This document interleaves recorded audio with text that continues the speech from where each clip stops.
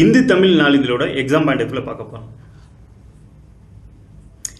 இன்றைக்கி ஏப்ரல் 1ங்கும் போது நமக்கு ஞாபகம் வர்றது என்னென்னு பார்த்தீங்கன்னா, இந்த ஏப்ரல் ஃபூல் அப்படின்னு சொல்லுவாங்க. இந்த ஏப்ரல் ஃபூல் ஏன் கொண்டாடப்படுது அப்படின்னு பார்த்தீங்கன்னா, நம்ம ஜனவரி 1ஐயும் நியூ இயராக கொண்டாடுவாங்க. இப்போ ஐநாவால் அங்கீகரிக்கப்பட்ட நாடுகள்னு பார்த்தீங்கன்னா 195க்கு மேலே இருக்குது. இந்த நாடுகளில் பார்த்தோன்னா சில நாடுகள் பார்த்தீங்கன்னா ஜனவரி 1 நியூ இயராக கொண்டாடிட்டு இருந்தாங்க. சில நாடுகள், அதாவது பிஸ்னஸ் அடிப்படையில் கொண்ட நாடுகள் பார்த்தீங்கன்னா ஏப்ரல் 1 நியூ இயராக கொண்டாடிட்டு இருந்தாங்க. அப்போ ஒரு காலகட்டத்தில் பார்த்தீங்கன்னா இந்த ஏப்ரல் 1 கொண்டாடுறவங்க ஃபூல் அப்படிங்கிற மாதிரி அந்த ஜனவரி 1 கொண்டாடுற அந்த நியூ இயரை கொண்டாடுற நாடுகள் வந்து அறிவிப்பை வெளியிடுறாங்க. ஸோ அதிலேருந்து தான் இந்த ஏப்ரல் 1 அப்படிங்கிறது ஏப்ரல் ஃபூல் அப்படின்னு சொல்லி சொன்னாங்க. ஆனால் நம்மளுக்கு பார்த்தீங்க அப்படின்னா இந்த ஏப்ரல் 1லேருந்து மார்ச் 31 அப்படிங்கிறது தான் ஃபினான்சியல் இயராக கொண்டாடப்பட்டு வருகிறது. ஸோ வந்து அக்கௌண்ட்ஸ் ரிலேட்டடாகவோ இந்த ஃபினான்ஸ் ரிலேட்டடாக இருக்கிறவங்க இந்த ஏப்ரல் 1 தான் நியூ இயராக கொண்டாடிட்டு இருக்காங்க. ஸோ இந்த மாதிரி இந்த ஏப்ரல் 1க்கு இந்த வரலாறு இருக்குது அப்படிங்கிறத தெரிஞ்சுக்கோங்க. அடுத்ததாக நோட்டிஃபிகேஷன் வந்து பார்த்தீங்கன்னா குரூப் 1க்கு வெளியிட இருக்குது அப்படின்னு சொல்லி கொடுத்துருக்காங்க. என்ன அப்படின்னா, துணை ஆட்சியர், டிஎஸ்பி உள்ளிட்ட 8 உயர் பதவிகளுக்கான குரூப் 1 தேர்வு அறிவிப்பு வந்து இன்று வெளியாகிறது அப்படின்னு சொல்லியிருக்காங்க. முதல் முறையாக தொழிலாளர் உதவி ஆணையர் பணியும் சேர்க்க இருக்காங்க அப்படின்னு சொல்லியிருக்காங்க. ஸோ சொன்ன மாதிரியே அறிவிப்பை வெளியிட இருக்கிறாங்க அப்படிங்கிற தகவலை கொடுத்துருக்காங்க. நாளைக்கு பார்க்கலாம். அடுத்ததாக ஒரு டே, அதாவது திருத்தணி இணைந்த நாளை கொடுத்துருக்காங்க. இதை வந்து எங்கே எடுத்துக்கலாம்னா யூனிட் 6ல் எடுத்துக்கலாம். தமிழ்நாடு வரலாறு, அது போக மொழி வரலாறுலேயும் எடுத்துக்கலாம். என்ன சொல்லியிருக்காங்கன்னு பாருங்கள். தமிழகத்துடன் திருத்தணி இணைந்த நாள் அப்படின்னு சொல்லியிருக்காங்க. இன்னும் கொஞ்சம் நல்லா இது கூட வச்சுக்கலாம். தமிழகத்துடன் திருத்தணி இணைந்த நாள்னு சொல்லிட்டு இன்று அப்படின்னு கொடுத்துட்டு என்ன அப்படின்னா, இந்தியாவில் 1956ஆம் ஆண்டு மொழிவாரி மாநிலங்கள் உருவாக்கப்பட்டது. அப்போ மொழிவாரி மாநிலங்கள் உருவாக்கப்பட்டது எப்போ அப்படின்னா இந்த 1956 அப்படிங்கிறது ஞாபகம் வச்சுக்கோங்க. அடுத்ததாக அந்த டைமில் அதை ஃபுல்லாகவே படிச்சிருவோம். உருவாக்கப்பட்ட போது தமிழர்கள் அதிகம் வசித்து வந்த திருத்தணி பகுதி ஆந்திராவுடன் இணைக்கப்பட்டது. அதனை மீட்க மாப்போசி, தளபதி விநாயகம், மங்களக்கிழார் உள்ளிட்டோர் தியாகிகள் போராட்டத்தின் விளைவாக தமிழகத்துடன் திருத்தணி இணைந்த நாள் ஏப்ரல் 1 அப்படின்னு சொல்லியிருக்காங்க. ஸோ இதுதான் வரலாறு. இதில் நம்ம மாப்போசியோட பாடம் பார்க்கும்போது இந்த வரலாறை படிச்சிருப்போம். ஸோ இதுதான் திருத்தணியோட இமேஜ், இதை பார்த்துக்கோங்க. அடுத்து பாருங்கள், இந்தியாவில் 1956ஆம் ஆண்டு மொழிவாரி மாநிலங்கள் பிரிக்கப்பட்டன. ஓகே, அப்போது தமிழர்கள் வரலாற்று தாயமாக விளங்கிய வடக்கிளையான திருப்பதியும் திருத்தணியும் இழந்து தமிழர்கள் பரிதவித்து நின்றனர். அந்த இதில் பார்த்தீங்கன்னா இலக்கியங்களை பார்த்தீங்கன்னா நிறைய இதில் சொல்லியிருப்பாங்க. ஸோ அந்த வடக்கு இல்லையா திருப்பதியும் திருத்தணியும் குறிப்பிட்டிருக்காங்க அப்படிங்கிறத இதில் சொல்லியிருக்காங்க. அடுத்து பாருங்கள், 1957ஆம் ஆண்டில் எல்லை ஆணையர் HV படாஸ்கர் தலைமையில் வந்து அந்த ஒரு குழு அமைக்கப்பட்டது. ஸோ அதன் பின்பு இழுத்தடிக்கப்பட்டிருக்கு. ஸோ இழுத்தடிக்கப்பட்டு கடைசியாக என்ன பண்ணியிருக்காங்க, 1959ஆம் ஆண்டு செப்டம்பரில் கொண்டு வரப்பட்ட மசோதா வந்து அதுக்கப்புறம் இழுத்தடிச்சு கடைசி எப்போ வந்து முடிவுக்கு வந்திருக்கு அப்படின்னா 1960 1/4/1960 வந்து அந்த சட்டம் வந்து அந்த மசோதா வந்து சட்டமாக மாறியிருக்கு. ஸோ இதை வந்து நினைவு கூர்ந்திருக்காங்க. இதில் 3 பேரோட தியாகம் சொல்லியிருக்காங்க. என்ன அப்படின்னா, மாப்போசி, தளபதி விநாயகம், மங்களக்கிழார். ஸோ இதில் மங்களக்கிழாரும் மாப்போசியும் நம்ம கேள்விப்பட்ட மாதிரி இருக்குது. ஸோ தளபதி விநாயகம்னு ஒருத்தர் இருக்கார். அது போக பார்த்தீங்கன்னா இந்த மொழி வாரியாக பார்க்கும்போது இது முக்கியத்துவம் பெறுது. அது போக தமிழ்நாடு வரலாறுலேயுமே இது இடம்பெற்றிருக்கும். ஸோ இது கொஞ்சம் பார்த்துக்கோங்க. மொழிவாரி உங்களுக்கு நல்லாவே தெரியும் 1956ங்கிறது. இந்த திருத்தணி இணைந்தது பார்த்தீங்கன்னா 1960 ஏப்ரல் 1 அப்படிங்கிறத ஞாபகம் வச்சுக்கோங்க. மொழிவாரியாக பார்த்தீங்கன்னா இந்த படாஸ்கர் ஆணையம், அதுவும் கேள்விப்பட்டிருப்பீங்க. ஸோ தெரிஞ்சிருந்தாலும் திருப்பி ரீகால் பண்ணிக்கோங்க. அடுத்து அம்ரித் பாரத், ரயில்வே சம்மந்தமாக ஒரு இது கொடுத்துருப்பாங்க. என்ன அப்படின்னா,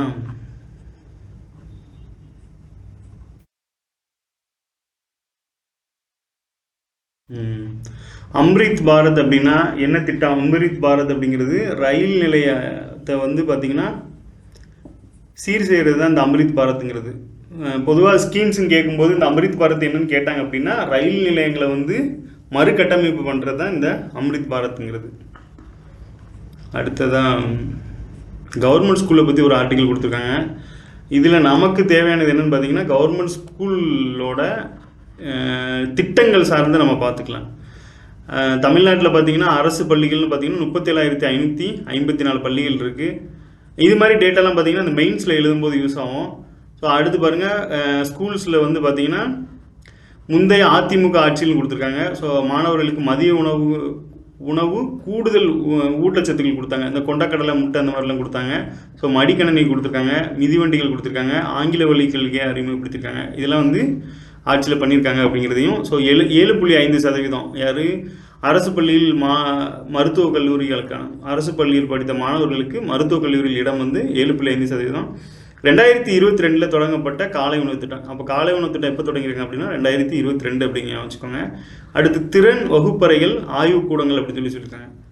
ஸ்மார்ட் கிளாஸு, அப்புறம் வந்து லேப்ஸு. பாருங்கள், தொடக்க பள்ளிகளுக்கு வந்து திறன் வகுப்பறைகள் ஸ்மார்ட்டு, நடுநிலை பள்ளிகளுக்கு வந்து லேப்ஸ் அந்த மாதிரி சொல்லியிருக்காங்க. அடுத்து உயர்கல்வி, இந்த ஐஐடி, ஐஐஎம் அந்த மாதிரி இதுக்கும் 7.5% கொடுத்துருக்காங்க. இந்த மாதிரி சிம்பிளாக சில டேட்டாஸ் இருந்துச்சு. ஸோ அதை தான் எடுத்துகிட்டு வந்திருக்கேன். ஸோ எஜுகேஷன் சம்மந்தமாக நமக்கு எப்படி இதுக்கு முன்னாடி கேட்டிருக்காங்க அப்படின்னு பார்த்தீங்கன்னா, இந்த திறனறிவு தேர்வை பற்றி கடைசியாக கேட்டிருந்தாங்க. ஸோ அதனால் கல்வி சார்ந்தும் கொஞ்சம் பார்த்து வச்சுக்கிறது ரொம்ப நல்லது.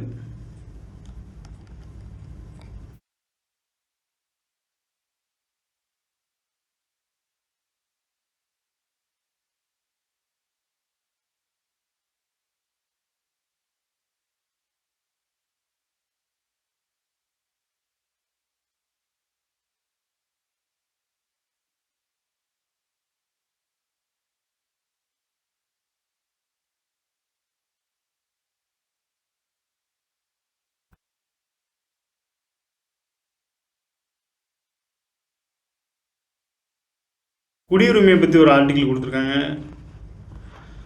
ஒருத்தவங்க வந்து பார்த்திங்கன்னா, இலங்கையிலிருந்து இந்தியாவில் பிறந்து இந்தியரை மணந்த 37 வயதாகும் இலங்கை தம்பதியின் மகளுக்கு இந்திய குடியுரிமை கோரி வழக்கு அப்படிங்கிற தலைப்பு. இதில் சில விஷயங்கள் சொல்லியிருக்காங்க, என்னன்னு பார்த்துருவோம்.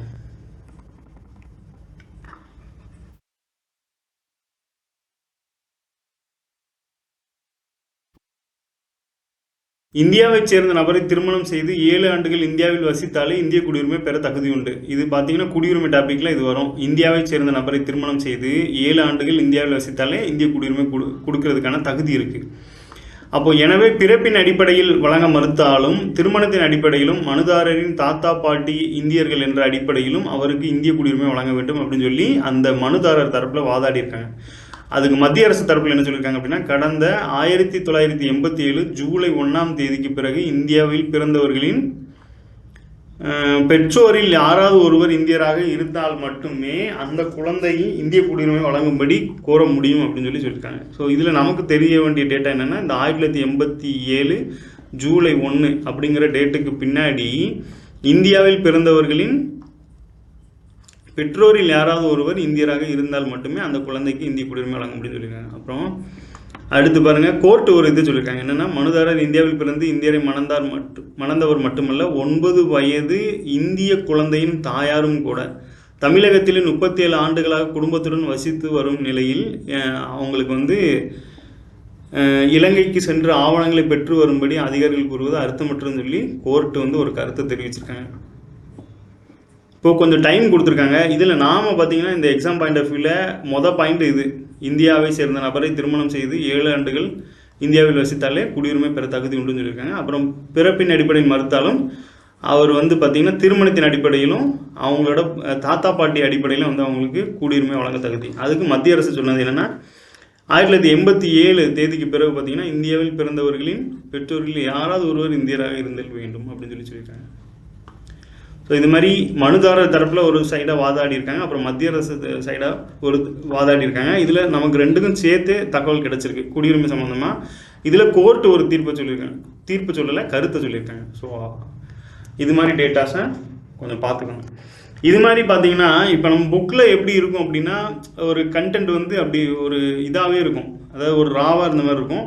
ஆனால் நம்ம இந்த மாதிரி கேசஸ் மூலமாக படிக்கும்போது அது கொஞ்சம் இன்ட்ரெஸ்டிங்காக இருக்கும். அந்த கேஸை படித்து அது மூலமாக அந்த ஆர்டிக்கிளெல்லாம் இதனால தான் இது நடந்திருக்கு அப்படிங்கிற மாதிரி தெரியும். ஸோ அந்த மாதிரி படிக்க கற்றுக்கோங்க. இங்கே ஒரு டேட்டா பாருங்கள், காசநோயை வந்து 2025 ஒழிக்கிறதுக்காக இலக்கு வச்சுருந்துருக்காங்க. அதை இந்த செய்தியில் கொடுத்துருக்காங்க. இந்த ஆண்டுக்குள் காசநோயை முற்றிலுமாக அகற்ற நடவடிக்கை அப்படிங்கிறத தமிழக சுகாதார அதிகாரிகள் தகவல் தெரிவிச்சிருக்காங்க. இந்தியாவில் பார்த்தீங்கன்னா காசநோயை முழுமையாக ஒழிக்கும் நோக்கில் மத்திய மாநில அரசுகள் பல்வேறு முயற்சிகளை எடுத்து வருகின்றன. குறிப்பாக 2025க்குள் அந்நோயை முற்றிலுமாக ஒழிக்க வேண்டும் என்ற இலக்குடன் பல்வேறு திட்டங்கள் செயல்படுத்தப்படுகின்றன. அதாவது அந்த 2025 இயரை வந்து இலக்காக வச்சு செயல்பட்டு இருக்காங்க. அதுக்காக பல திட்டங்களை தீட்டிட்டு வராங்க. இந்த வகையில் கடந்த சில ஆண்டுகளாக உத்தரப்பிரதேசம், மகாராஷ்டிரம், ராஜஸ்தான், குஜராத் உள்ளிட்ட பல மாநிலங்கள் காசநோய் பாதிப்பு அதிகமாக உள்ளதுன்னு சொல்லிட்டாங்களா.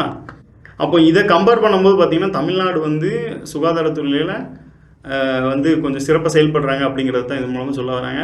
அப்போ இந்த முதல் கொஸ்டின் என்னென்னா, இந்த காசநோய் முற்றிலும் ஒழிக்க இலக்கு நிர்ணயிக்கப்பட்ட வருடம் எதுன்னு பார்த்தீங்கன்னா நம்ம நடப்பு ஆண்டான 2025. அதுபோக தமிழக சுகாதாரத்துறை பார்த்திங்கன்னா இந்த மாநிலங்களை கம்பேர் பண்ணும்போது சிறப்பாக செயல்படுறாங்க இந்த காசநோயை ஒழிக்கிறதுக்கு அப்படிங்கிற விஷயத்தையும் இது மூலமாக சொல்ல வரேன். ஓகே, வருஷத்தை நோட் பண்ணிக்கோங்க. வருஷம் வந்து 2025. ஏற்கனவே எப்படி கேட்டிருக்காங்கன்னா ரத்த சோகை ஒழிப்பு வந்து எப்போ ஸ்டார்ட் பண்ணாங்கன்னு கேட்டிருக்காங்க. அது போக இந்த திணை வகைகள் வருடம் கேட்டிருக்காங்க. அது கூட விட்டுருங்க. ரத்த சோகை ஒழிப்பு வந்து கேட்டிருக்காங்க இதுக்கு முன்னாடி.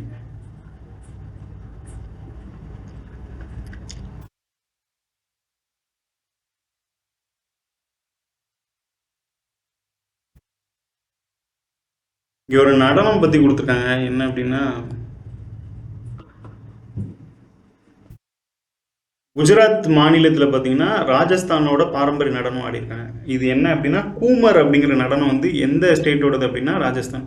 நமக்கு இந்த டான்ஸ்லாம் எதில் கேட்குறாங்க அப்படின்னா இந்தியன் ஹிஸ்ட்ரியில் கலாச்சாரம் மற்றும் பண்பாடு அப்படிங்கிற ஏரியாவில் பார்த்தீங்கன்னா நடனங்கள் பற்றி சில விஷயங்கள் வருது. ஸோ அந்த வகையில் கூமர் அப்படிங்கிற நடனம் பார்த்திங்கன்னா ராஜஸ்தானை சேர்ந்தது அப்படின்னு சொல்லியிருக்காங்க.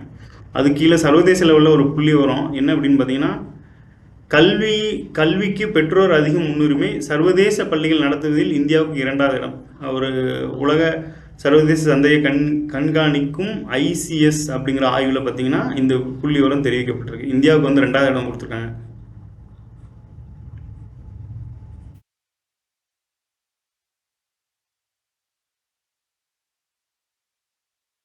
நன்றி. மீண்டும் நாளை சந்திப்போம்.